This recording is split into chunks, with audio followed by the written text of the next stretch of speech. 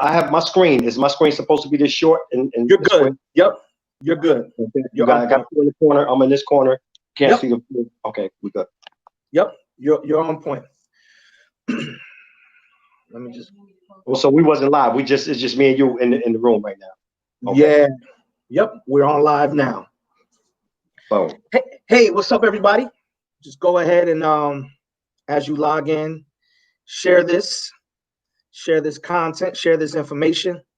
Got my good brother, Rahshon, aka Rah Dixon from Patterson, from Men Stand Up, from Street Keepers. Amazing brother, doing outstanding work in the city of Patterson, him and his group. Shout out to KC, who couldn't log on tonight, to Quan Hargrove of Men Stand Up. Again, tonight we have one of the representatives from Men Stand Up. He's become a community advocate, fighting for, our young brothers and our young sisters to live, even amidst everything that is happening around the country. Before it was popular to do, he was a major part of ending some conflict in the city amongst brothers and amongst gangs. So he's out there, guys. So go ahead and share this, and then we're gonna bring him on, and we're gonna have this conversation tonight, hopefully to educate you guys and those who are locally. You'll find out more about what's happening and how you can get involved, especially the brothers. We definitely need more brothers out there representing, supporting, and showing love to this young generation, to this generation that is coming up behind us. So please go ahead. We got 30 more seconds, and then we're gonna get into this conversation with my man Rah. Rah, man, how you been doing during the pandemic, though, bro? I've been good, man. I have to really say I've been on top of my life and my health. And as you know, I work for the Department of Public Works, so I am considered an essential worker. We still, I've been working through the whole, pandemic, so up until this day. When this happened and the quarantine and the lockdown happened, like a bad situation for me turned into a good situation, because my life as I know it today, I don't hug no corners. I don't gravitate to no blocks, to no, I don't hang out. I'm not hanging out. It's been years since I've been hanging out. Once I handle my business from work and do what I do, personal training and all that, I'm home. I'm home. I'm from point A to point B. So with that being said, when I say the bad situation, the bad part was me being incarcerated for a numerous amount of years. It made me reflect on when I had to lock in that cell 9 o'clock at night, every night until 6 in the morning. Yeah. I haven't forgot them days, It's right. It's behind me, but if I was put in a situation, then I can do it. So I was put in a situation with the pandemic. It's like, okay, you can't go nowhere, you can't do nothing. So I had to put my mind back in that mode, like, you gotta go home, you can't go nowhere. And see, I wasn't hugging no blocks, so it wasn't that bad for me. But I feel for people that used to be out, going here, going there, and then all that came to a stop. Without warning. So a lot of people was mentally and emotionally, they was messed up. So me, I'm saying, hold up, I'm on the street now. I'm not incarcerated. I'm not nobody's bars. I can go outside, but I can't because of I'm gonna respect what's going on, pandemic. Right. So I mean, me being in the house and being isolated and staying home, it wasn't not a hard task for me, Right. Other than that, I've been taking care of myself, man. I'm doing like everybody else do it. I'm doing the ginger, and I've been doing a whole lot of. I've been doing the teas. I've been doing a whole lot of that stuff already. Indeed. This gives me an opportunity to turn up, to do extra, take an extra dose, drink more tea, drink some more lemon, ginger, garlic, all of that. You know what I mean? It's just that I was isolated to the house. But other than that, I'm good, man. And I appreciate you asking. Indeed. And I hope the same for you. Oh, absolutely, man. I've just been making the best of the circumstances and situations, man. And, just trying to maximize. It's definitely been an adjustment, but, I can't say, God has definitely blessed us and kept us. Man, we want to get a shout out to, oh, man, so many people logging on tonight. You can see who logging on. I can't see it. You can see it, though, right? Yeah, I can see it. I'm going to shout them out real quick. Shout out to Ethan Alexander. Big Ethan. That's my man right there. Yeah, absolutely. Good yeah. Lalisa Mims is on. Shout out to Lalisa Mims, councilwoman. That's cousin. Hey, cousin. Absolutely. Carla T, Pastor Cash, Mike Williams. Yeah. Mike, I was just talking to Pastor Cash this morning. He reached out to me. We had a good conversation early this morning, man. He it felt good, man. He reaching out to me and and we had some good words of encouragement, man. Absolutely. And that's what we need, man. We need to continue that, man. Shout out to my beautiful wife that's logged on, to my mom. Yo, hey, Jeff Brown from South Carolina. I see you, man. I see you in the building, bro. South Khaki. Absolutely. They in the building tonight, man. We are so many people, man. I see people from DC logging on. I see people from Ohio logging on. Shout out to JD, to my big brother Floyd. Not Chocolate City, DC. Chocolate City, DC. That's Black Lives Matter Boulevard. DC, shout out to DC. Yeah, shout out to my brother Haas, aka Haas the Ripper. Yeah, shout out to everybody logging on, man. I'm here with my brother Ra, from around the way, man, and I'm just, appreciating him taking time out of his schedule. They just had to bury a loved one, but he made the commitment, and we're here tonight, and we ready to just talk the real of what's happening, man. Hey, Ra, so just share a little bit, man. You talked to some people are still logging on, but you talked a little bit about being in, doing some time.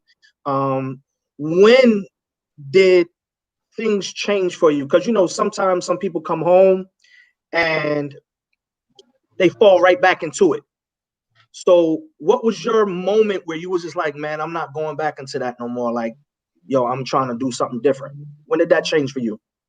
That believe it or not, and this is the truth, man. It started in prison. That's where you need to start working on yourself, in prison. Yeah. Because if you don't do it in there, as soon as you come back out, you're subject to go around the same thing, around the same people, doing the same things that you used to do. And it's a saying in the rooms of NA and AA: if nothing changes, then nothing changed. You know what I mean? Right, if you don't change nothing, then nothing's gonna change. So I started in prison. I already had a plan when I was in prison. It's just that I was waiting for the gate to open so I can come out here and execute my plan. When I got in prison, when I was in prison, and let me just say this, and everybody out there that's listening, if you have a loved one, or if you did prison, any of the males out there or females, if you did prison time, like long-term prison time, a lot of people, it psychologically and emotionally messes a lot of people up, and they can't adjust when they come back out in society. Not to say that every day don't count, but even one day in prison count. But when people doing the 18 months and the 2 years and the 3 years, they come back out, and especially it depends on what age you are. They come back out and say, I still got enough time. They ain't nothing. But see, when you do long-term prison time, I'm talking about 6 years, 10 years, 11 years, 15 years. Unfortunately, I had a 30 with a 15. 30 meaning that's my back number. That's the most time I can do. 15 meaning that was my minimum that I had to do, mandatory. Wow. So the day I went for sentencing, I had so many family members and friends in court that the judge took in consideration and reduced my sentence. Instead of giving me a 30 with a 15, I end up with 24 with 12, meaning I had to do mandatory 12 years. And fortunately, I did 12 years on the dot. When I was in prison, I took up programs. I did things that I needed to do. So when I went up for classification and parole, they see that all the programs that I took, so they granted me parole. They had no choice but to do it. I took up NA, I took up AA, I took up behavior modification, anger management. These are things that I had to take up, and I had to find out what it was that made me do the things and how I was moving on the street. These are programs that I never thought about taking. You know what I mean? So when I got in prison, I had the time to take these programs up, and some of them, like behavior modification, I took it twice. You know what I mean? And all the certificates that you accumulate, and when you go in front of parole board, they look at that. They look at it like, you know, you was working on yourself in prison. So it started in prison for me. And when I came on the street, it's just that I was already in tune with change already. The change started in prison. There's an Wow. old saying. Let me say this, and you know, for anybody out there that's listening, Yeah. the word revolution. There was a brother named Gil Scott Heron. He had a record out saying the revolution would not be televised. You remember that? Yes, Right? sir. And do you know why he said the revolution would not be televised? Because the word revolution means to bring about a change. That means change. Mm. And the revolution that he was talking about, that it won't be televised because when you change, the change is first going to happen in your mind, and can't nobody see that. Talk, Ra. You know what I mean? Nobody could see the change. Only you can see that change. You feel it in your heart and you see it in your mind. And when that change happens, it happens first mentally, and it's just that physically you carry it out. So the revolution will not be televised, you know, because the change Yeah. will start in your ass. And they say, free your mind and your behind will follow. You Yes, know what I mean? sir. So if you put it in your mind, then your body can manifestation and you can carry it out. So I did it in prison. And when I came home, it was already there. But now, once I get on the street, it's like, now this is the big test. Right. Right. First things you have to do, you have to stay alcohol, drug free, crime free, all of that. You Yeah. have to stay away from it, all that, in order for you to be a community person, because people are watching. Yeah. They watching. They waiting for you to make a mistake, because if you out there in the limelight and you telling these young guys and anybody to listen to change their attitudes, to change their ways in action, put the guns down and stop, they looking and they watching you too. They watching Absolutely. you. They listen. They got the ear to the street. They want to know if you're doing something wrong, because they saying, why should I listen to you and you doing all of this? I'm not taking no advice from you. So you have to walk a straight path. But to answer your question, the change started when I was in prison. When I came home, I just executed it. You know, I had the street keepers in mind to start speaking to the kids, Yeah. to do things like that. I had all of that in mind. I Yeah. wanted, you know, because when I was in prison, I start facilitating AA meetings, NA meetings. You know what I Yeah. mean? And Yeah. that's, it started in prison, though, bro. So, It so started in the prison. leader, so the leader came out while you were in prison. Yes, The yes, he leader did. came out while you were in prison. Some people some people wait till they get free, and some people are dealing with mental prisons and spiritual prisons and emotional prisons. But while you were in a physical prison, you know what I'm saying, the leader in you came out, and where you were once a student, you now begin to lead those groups, man. That is powerful, Ra. I'm telling you, that is powerful. Ra, let's go back to a couple of months ago, bro. We were at the Elks. We were at the Elks, right? And you know, in our community, sometimes, you know, everybody's looking for that one. And you made a statement about seeing things happening, and you were like, yo, what's going on? Like, where's this one and where's that one? And then it was like you kind of did a something introspective, and it was just like, I must be the one that's called to handle these things. I remember. You I remember remember. that, right? Yeah, yeah. It was something like, I was like, all this stuff going on and nobody stepped up, and then boom, what? Since I came home from prison, like what? I got to be the one that jump out there and step. You talking about that, right? When I was saying That's something like right. that, Yeah, yeah. where everybody was at, like how come? Well, you know, why? How come I got to be the one? But I know you're probably going because it's saying, you know, this is your calling. You know, this. You know, it was waiting for you. It was waiting for you, and you stepped into it. Rod, you not only stepped into it, man, but I remember, you know, you being real critical and calling a truce between two rival gangs, man. Can you just share that experience, man, about, you know, going out there in the midst of conflict and helping to bring peace and helping to bring resolution in our community? Talk about that experience a little bit. Yeah, man. That was back in 2015. 15, yeah. Yeah, 14, 2015, 14. Um, you know, that was really something, man. Because now that you look back, it was like, how did we was able to pull that off? You know, Yeah, can somebody just text me? Can I slide down and text them back and slide back up? yeah, yeah, yeah, yeah. It won't disconnect us, right? No, you're good. All right, let me slide down.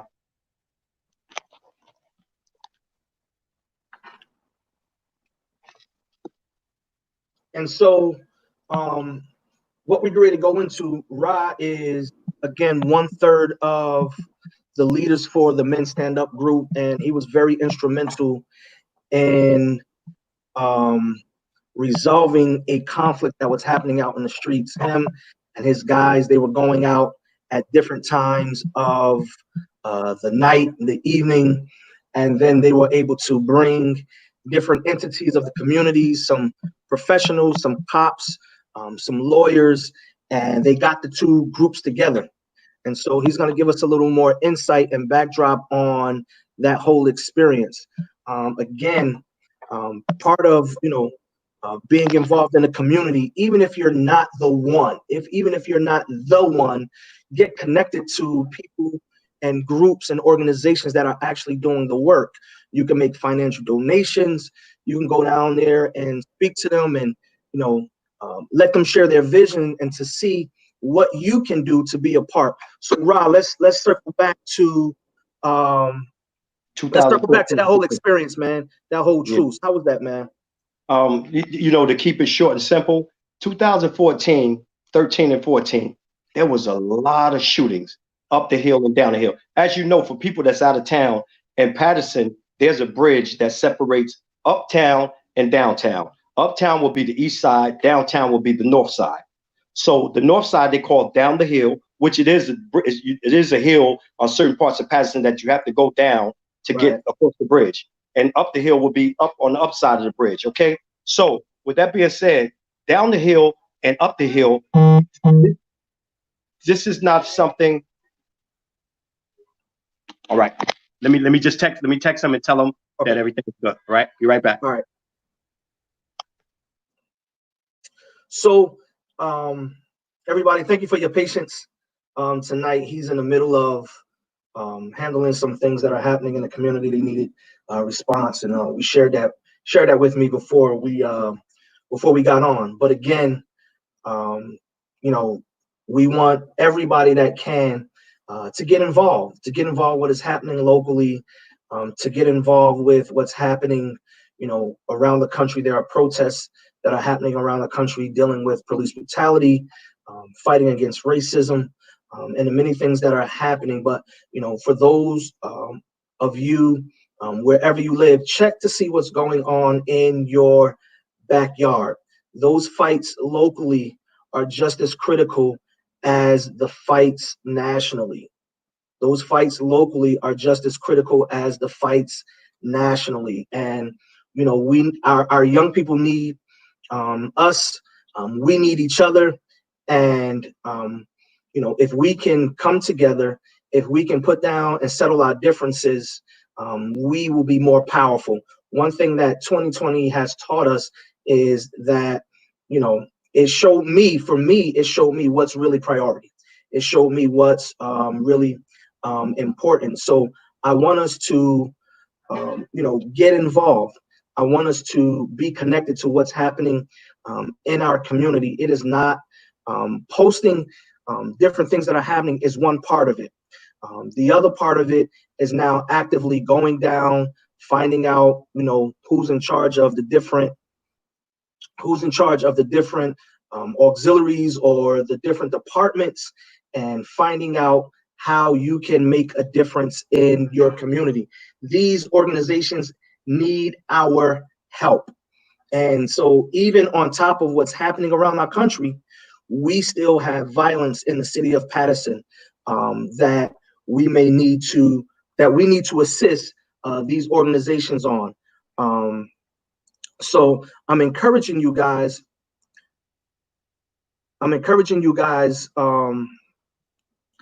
To get involved. We're going to share more about Men Stand Up, and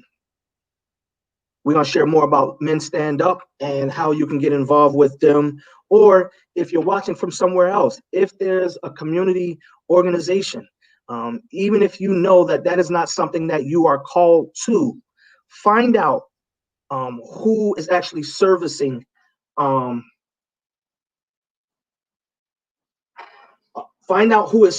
that, and then get connected. Maybe you can make a financial donation with them. Maybe you have a skill of administration that you can do to help that organization, move forward and advance. Okay, we good to go. We good. So, Okay. So Ron, let's talk about it, man. Okay, I'm good now. All right. So, like I was saying, up the hill and down the hill. Now, remind you, this is not a situation that just happened. Up the hill and down the hill history goes back to the 70s, whether you know it or not. Wow. No, it goes back to the 70s because the reason why I went back to the 70s is there was Patterson was known for boxing, and guys down the hill was real sharp with the hands, and guys from up the hill was real sharp with the hand, right? So they used to box each other, at City Hall. They had a boxing ring in the back of City Hall down on Ellison Street back in the days. Yes, Ed Johnson, the infamous Ed Johnson, bless his soul, he passed away. He used to train boxers. So this beef started way back then. And then as the years went on, it was just inherit, and it's turned into up the hill, down the hill. So in now, back then, when we used to fight with our hands, now as time go on, when we get into the 90s and the 2000s, there's no more fighting with hands no more. They all picking up guns now. It's gunplay. So with that being said, around 2013, a lot of gunplay was happening. I mean, we was losing one down the hill, one up the hill, one down the hill, one up the hill. And remind you, I came home, there was a few shootings, but for some reason, 2013 and going into 14, there was just a string of shooting. You remember that? Yes, sir. And myself, along with Pastor Cash, Pastor McDuffie, it was a lot of us. We used to hit the streets, man. We was out there already doing it. But just so happened that 13 and 14, it just didn't sit well. And these guys were going up the hill, they were going down the hill would come up the hill, and people was dying, like young 15-year-old, 17-year-old, 19-year-old. And we trying to find out what is going on. Yeah. So I said to myself, in KC, we had a meeting one night. And this is when Kenyatta Stewart Black, the lawyer. Yes, sir. We got him involved. So we, Ted Martinez, we got Ted involved.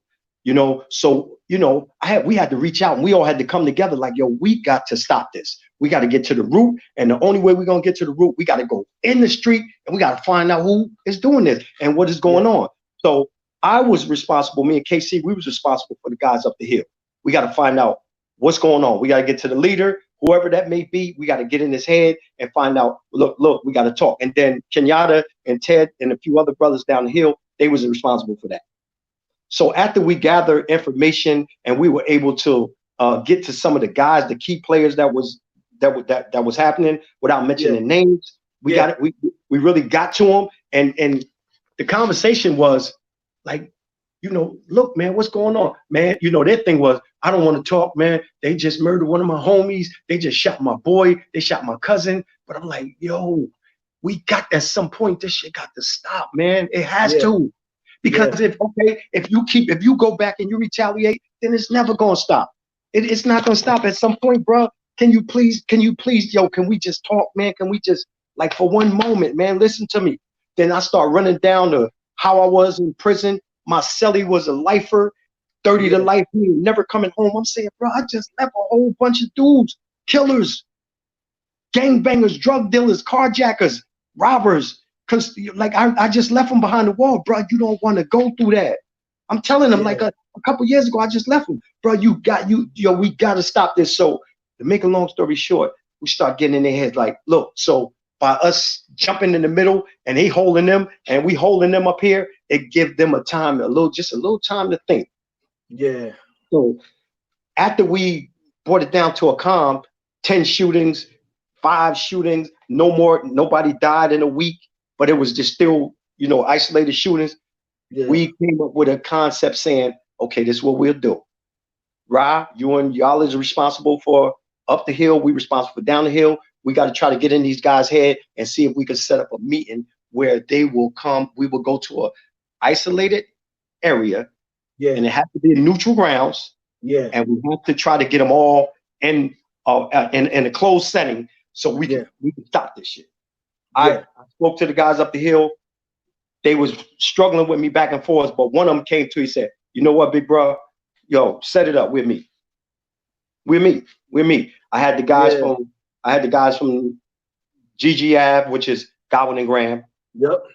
The guys from East 19th building, one of the key players, a couple other brothers, and they got them guys from down the hill. And down the hill said, okay, if they're meet, we're meet. So they agreed to it, and that's what happened. By 2015, this particular night, hot summer night, we already had said that we was going to meet at Kenyatta Stewart office down on Grand Street, neutral grounds, out the way. Yeah. It's not down the hill. It's not up the hill. It's across town. So, you know, I was responsible for bringing the guys up the hill to the meeting. Kenyatta was responsible for bringing the guys from down the hill to the meeting. And I didn't think it was going to happen.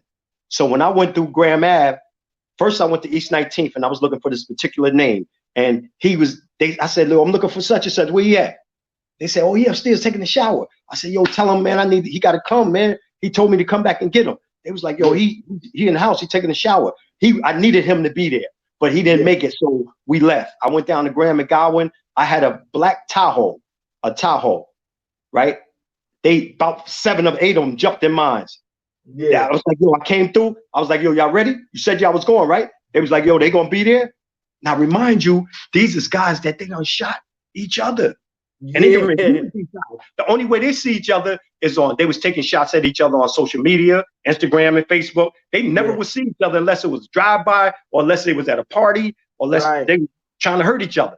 They ain't never been in a setting where it was just, we gonna be right here talking to each other, like on some peaceful stuff. So anyway, they jumped in my truck.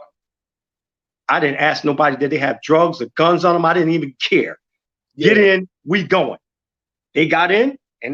So on the way down, it's strange because the ride was real quiet. It was like everybody was just like, you know. So I turned the radio on, you know, to break the ice. I'm like, everybody good? I'm looking in the mirror, looking at faces, looking and see how everybody the energy. Yeah, we good, bro. We good. All right, we on our way. Where we going? We going down to Kenyatta's office. We get there first and we stand outside. Kenyatta hit my phone. He hit KC phone. Yo, we on our way. They coming. So here they come.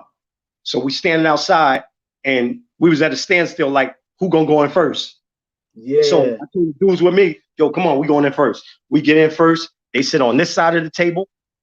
And then they came in and they sat on this side of the table. Yeah. It was about 12 of them, and it was about 9 or 10 that I had from up the hill. About 12 of them down. So we all crammed in this little room. Kenyatta Stewart, first thing came out of his mouth. So what happened? And why he said that? Nah, he shot him. Ho. Nah, we ain't even gonna go back to that. I bang on the table on some gangster shit. Nah. We ain't gonna go to that. This was gonna happen. I had to take control of the whole room. Like, yo, this was gonna happen. We here for a reason. We here to squash this shit. Now you remind you, dude looking right across the table at somebody that done shot him. He got 5 bullet holes in his body. Yeah. Dude down at the other end of the table, he looking at him. He was the one that allegedly supposed to have shot his man. A couple of them had died that wasn't able to make it. So when we left that room, I said, look, this is what's gonna happen.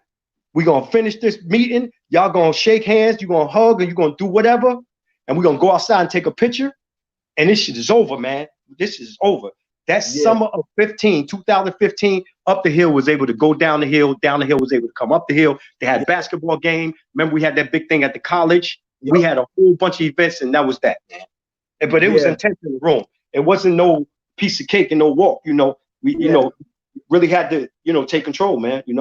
Yo, man, that's great, man. And I'm telling you, I'm glad that God, spared your life, man. That we have you here, to assist, in what's happening in our communities, man. And I know I got to spend some time with you guys, man. We were supposed to go out one night. It snowed.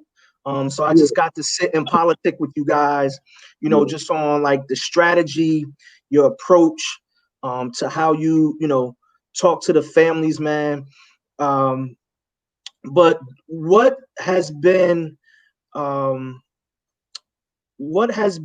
for you? Like, so you guys take your organization, you're now getting into the business aspect as well as the community aspect. Yo, I just want to say your van, it's dope.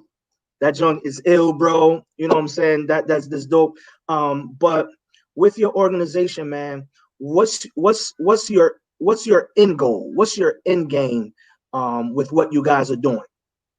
All right. First and foremost, uh, Men Stand Up is one organization. I'm the founder and one of the founders and CEO of the Street Keepers.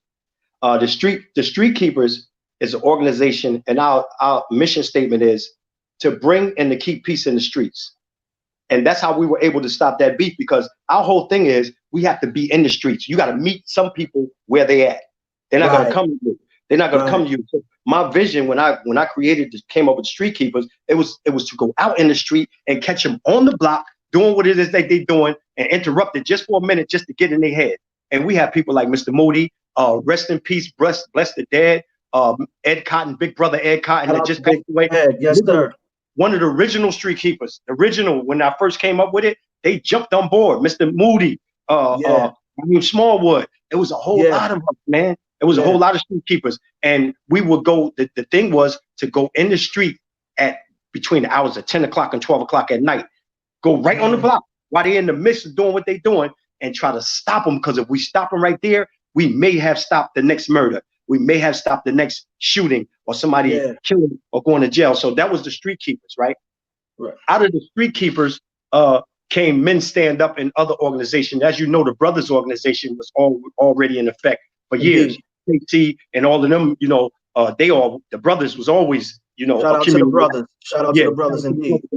They were always Shadu and all of them. They were community organizations anyhow. So me coming out of prison, I came up with the Street Keepers, and I said we have to be our brothers and sisters. We have to be their keepers in the street. So I came up with Street Keepers. So from that, when we went to remember we was at the Elks that night. Men Stand Up. I think one of the brothers came up with the name. I think Shaquan or somebody that was at that meeting that night said, "Why don't we just?" Because remember we was trying to find a name. Right, we was trying to pick. Right. So they threw a few names out there, and Men Stand Up happened because we made a call for all the men in the community to come out. Brothers like yourself came out. Whether you pastor, whether you Muslim, whether you whatever, it don't matter. For one reason and one common cause, we have to come together and be the men in our community, and we have to stand up because there's sisters and there's kids and there's brothers out there that can't. That in gangs, right? Some of the gang members will have you thinking that they banging for the community. They banging for people that can't bang for themselves, right? So us being men, we standing up for the people that can't stand up for themselves. So we are the men in the community, and that's what we're supposed to do. So one of the brothers in that meeting that night came up with the name Men Stand Up. So we ran with that. We started meeting at Jacksonville. We had numerous meetings, and we ran with the Men Stand Up. Okay. As you know, at the Elks that night, I think I had said a whole lot of stuff, and I said some things that I maybe shouldn't have said, but I was a little emotional, and I'm real sensitive with this, man, because I'm passionate about this work. And I was saying that night at the Elks, and I don't know if you remember, I was saying that how come people don't, support us? How come people don't come together and help us out for this cause? We need funding, we need vans, and we need this. This money ain't going to our pockets. This money is for the cause. It's going right back into the community. So what happened was, community police, they had got a grant for violence. It was supposed to have been for the youth, to do some youth programs for violence. And this was right down our alley. We've been doing this. I've been going to school. Remind you, I go to Eastside, I go to schools and speak. I go anywhere. I go to programs. I go to anywhere that want to hear me. So we had a meeting with them, and to make a long story short, they were able to come up with some funding and help us out in our struggle and provide a van for us. They even got us CPR classes. I'm CPR certified. I'm also Narcan certified. They was able to do that because they said when we out there in the van and we out there in the street, just in case we see somebody that OD, we certified to do Narcan. If we see somebody that fall out, one of the brothers gets shot, and we right there, we able to perform CPR, all of that. You know what I mean? So I have the credentials for that. So they gave us training to do them classes. They paid for it. They provided us with a van. We got hours that we can, punch in if we out there in the street doing work, and, we can get, stifling for it and all that. So that's Men Stand Up. Men Stand Up is the same thing as the Street Keepers, but Men Stand Up is just any man that want to stand up for the community. You could come out, and you can also, if you want to be a part of Men Stand Up, we have meetings. We have they provided us with an office. Yes, we have sir. a computer. We down on 160 Ward Street. 160 In the building now. We have I think you came and you met with us. And I think we met with at the time, a young lady had lost her son. Was that the meeting that you came? And brother, just so you know, anybody out there that's listening, your brother, you yourself, we have to give you credit too, because you've been trying to kick the doors down to try to get involved. You know what I mean? And between the COVID and the timing, it just split us right on up, because you was right there at the door, ready to get involved with us. Definitely, and I still am, man. And I'm just, I'm here, still learning, still, positioning myself, man, to help, however I can. You know what I'm saying? Like, you was like, Jay, you don't even have to say nothing. Just come with us on the block and stand with us, because if they see the numbers, they know we serious. And Sure. I'm saying this to anybody that's watching, to the brothers that are in the community. We're not asking you to be professionals. We're not asking you to have the gift of gab or feel like you're anointed for this.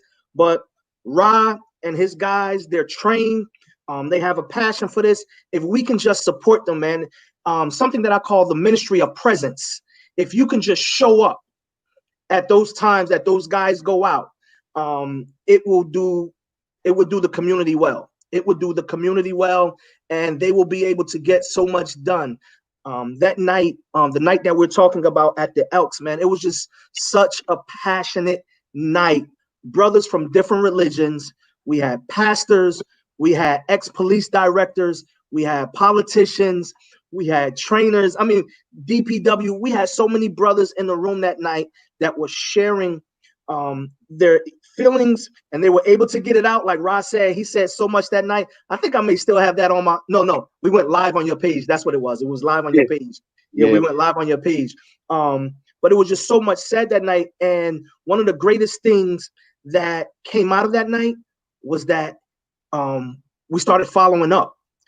Action was taking place. We started moving, and things were happening, and they're continuing to happen. Although, this COVID, like you said, this COVID came and it disrupted some things. But I believe, Ra, man, we're gonna come back stronger.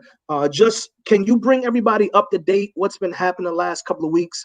I know people have been protesting Gregory Floyd, police brutality. George Floyd. Sorry, George Floyd.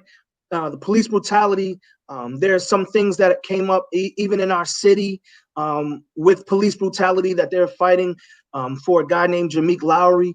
And as my wife really encouraged me the other day when I was kind of frustrated with just so much, she was just like, babe, everybody deserves justice. Everybody deserves justice. But in the midst of that, Ra, we got a beef going on or happening in the city.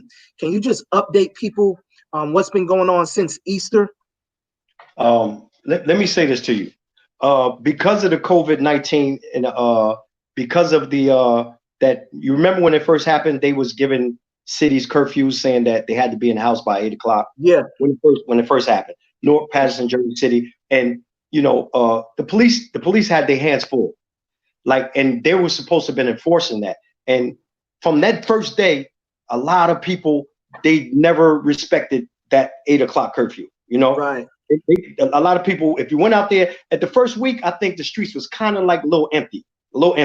But as the weeks went on, people start going back to their comfort zone, going back into what they was doing. And before you know it, boom, they was back outside. Now, allegedly, and I think the police had made up a task force just to go out there and get people that was gathering, that wasn't respecting the social distance. They had a task force for them, right? Yeah.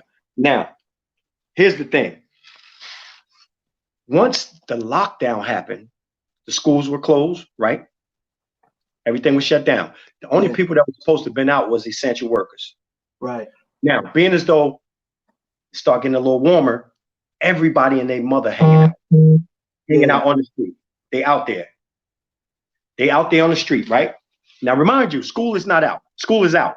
So now on the blocks from 11 o'clock in the morning all the way to 12 at night, you got young 15, 14, 16-year-olds hanging out. They ain't got nothing to do. They not going to stay in the house. A lot of people that were supposed to have been respecting the pandemic, and people were really dying from this.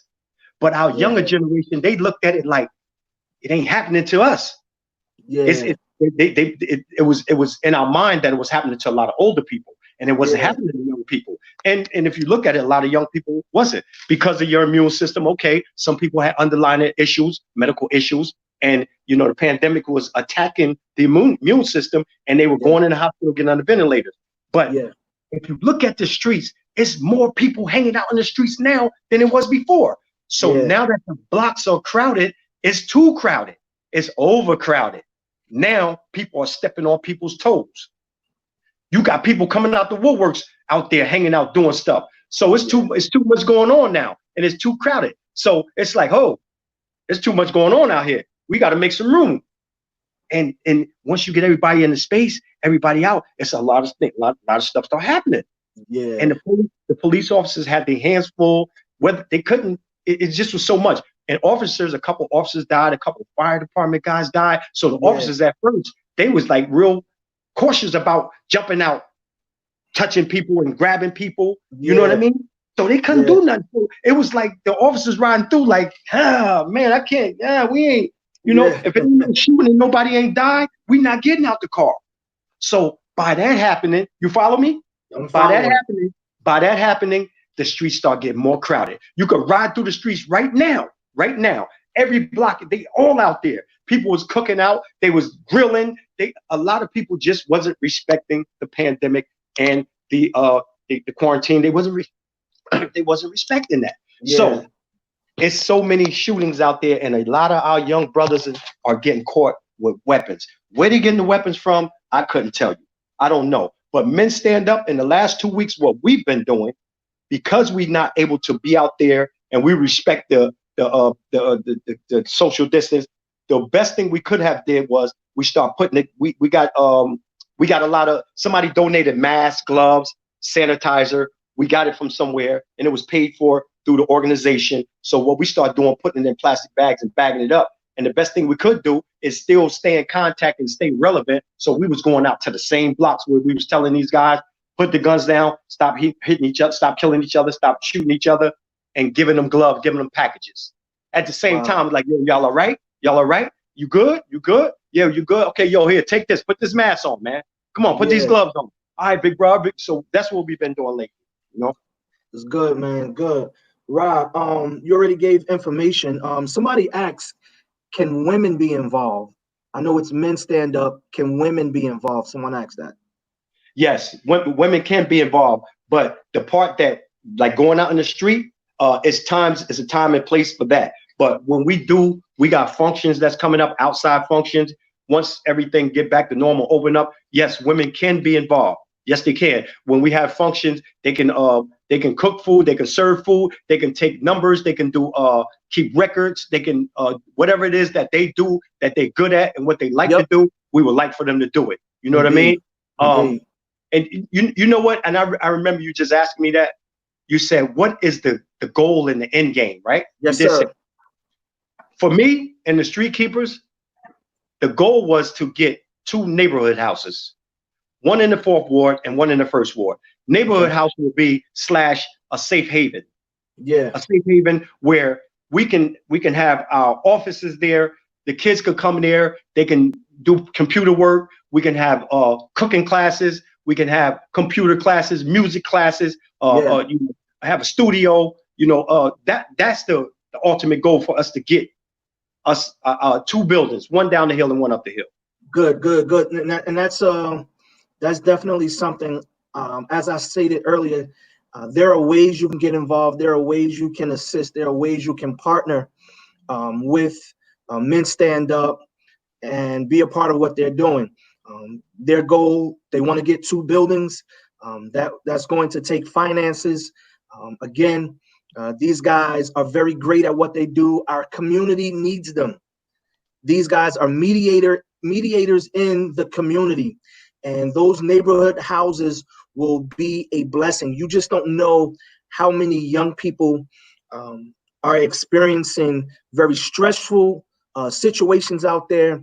I remember having an opportunity to speak to some of the It was with Quan and them down at the on Temple Street with yeah. young men, and they were saying how they had to take them home in two trips because they couldn't bring somebody from up the hill to drop somebody off down the hill, you know, and that's how intense that particular rivalry was. And so, again, everybody, you can reach out to Men Stand Up at 160 Ward Street.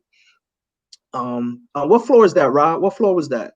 We're on the second floor. We're on the second floor. But what the way they can get out, we have a phone number. KC has the number, but in the meantime, they can reach out through me. They can inbox me on Facebook, Rahshon Dixon, or they can inbox KC on Facebook, Civilized King. Civilized King or Rahshon Dixon, inbox them. They will respond. If you have an organization that wants to connect, find out what they need at the moment. Every season may call for a different need, so just get updated as to what's needed. Again, they have different things that they're doing each quarter for everybody to get involved. Ra, I really appreciate your time tonight, bro, and sharing with us, man. And I know, you know, again, a lot is happening around the country, but we also have some things in our backyard that we really, really need to address. And organizations like yours and those who are already involved, man, we need you guys and your jewels. And again, I'm gonna, we're gonna get involved. I'm telling you now, I'm putting it out there. I've even communicated that with our church. One of the things, I know it's important is that we get involved in what's happening in our, community. If we're not impacting our community, then what are we doing? So again, man, I appreciate you coming on tonight. What is something that you want to leave with everybody tonight? What I would like to leave with everyone is, this work right here. This is a never-ending job. The things that we do in the community, we may not see the results, but we are doing. We are impacting a lot of. We have and we are impacting a lot of people's lives. A lot of stuff that we do, we don't videotape it. We don't put it on Facebook. Not everything. Some things are, and some things aren't. But we do a lot of things. Like me and KC was just riding around just yesterday, passing out bags of food. Yeah, like real bags of food. We had 11 bags of food, and we was in the Men Stand Up van, and we went to different places, and we looked at somebody. Hey, sis, how you doing? You need some food? She was like, what you mean food? Come out with the whole bag of food, canned goods, everything. Like we didn't document that. We didn't put that out there. There's a lot of stuff that we do, and we really don't do this for likes and comments on social media, but sometimes you have to document things because you have to let people out there know that it is something that's being done. Absolutely. And that gives people the opportunity to see what it is we're doing and who and how we're doing it. So, a lot of them that's looking on Facebook and they be like, oh, wow, I didn't know this. And they sharing it, sharing it, and they're sharing it. So, what I would like to leave people with is, you either part of the problem or you part of the solution. And if you're not part of the solution, then that means you are part of the problem in a small way. Because if you do nothing, then you ain't doing nothing. And then you have the ones that don't do nothing, but they always criticizing and they always saying something about the people that's doing something. If you're not doing nothing and you don't want to do nothing, just stay out the way and let the people that's doing something, let them do what it is that they do. Even if you don't want to be involved physically, root them on, big them up like you doing. Like, yo, shout them out. Let them know. Moral support means a lot. Moral support. Sisters, there's some brothers out here that's doing some good things out here for the community. And it may not seem like it's a big deal, but it is a big deal. And that is the Street Keepers and Men Stand Up. Indeed. And the brothers that I'm around, we got a lot of brothers that got different backgrounds. Like we got some brothers that's doing, everybody's doing good things. When I say good things, we're not rich. We don't have all the money in the world. I'm not a homeowner. I'm good with where I live at, but I would love to be a homeowner in Patterson one day. But for now, my mission is to save lives. Let's go. Real quick, Ra. G Greer, shout out to G Greer, man. Thanks for logging in, bro. Do you guys have a Facebook page? The Street Keepers have a Facebook page, but Men Stand Up, we don't have a Facebook page. Okay. You have to go through myself, KC, Shadu, Quan Hargrove, Natural Born. you can reach out to any one of us that you know that's a part of Men Stand Up, and we'll get you whatever information you need. We'll get you there. Indeed, indeed. Cool, man. So, bro, again, thank you for your time. I'm going to pray real quick, and then, you know, we'll be in touch after this. So, God, thank you for this night. Thank you for my brother, Rahshon. Thank you for KC. Thank you for Quan. Thank you for all of the brothers that are connected with Street Keepers and Men Stand Up. We thank you for their vision. We thank you for their life experiences, God, that none of it has been wasted, but they're now giving back, becoming community advocates so that our communities can be safer, so that our children can grow up, so that our seniors can feel safe in their homes, wherever they live around the city. Now, I pray for peace in the city. I pray for the hearts that are angry tonight. I ask that you will lift those spirits. Let them be encouraged tonight. Give them peace. Give them hope for something better. And I thank you again tonight for this conversation. And I ask that you will bring resources to Men Stand Up. I ask that you will bring resources to the Street Keepers, those developers who are buying up buildings, God, that they will donate a building for these brothers and for their cause. And everyone, God, that they get involved and find out what is happening in the community so that our community can be stronger, our community can be safer. And we thank you. And we ask this in Jesus' name. Amen. Amen. Yes, Peace, sir. Ra. I appreciate you, brother, and we'll be in touch. Peace. Everybody out there, peace and love, peace and blessings. Keep on doing what you're doing. Look, I have a saying. You keep on pushing, right? And when you get tired of pushing, you turn around and you start pulling. Push and pull. Peace. Indeed. Peace. All right.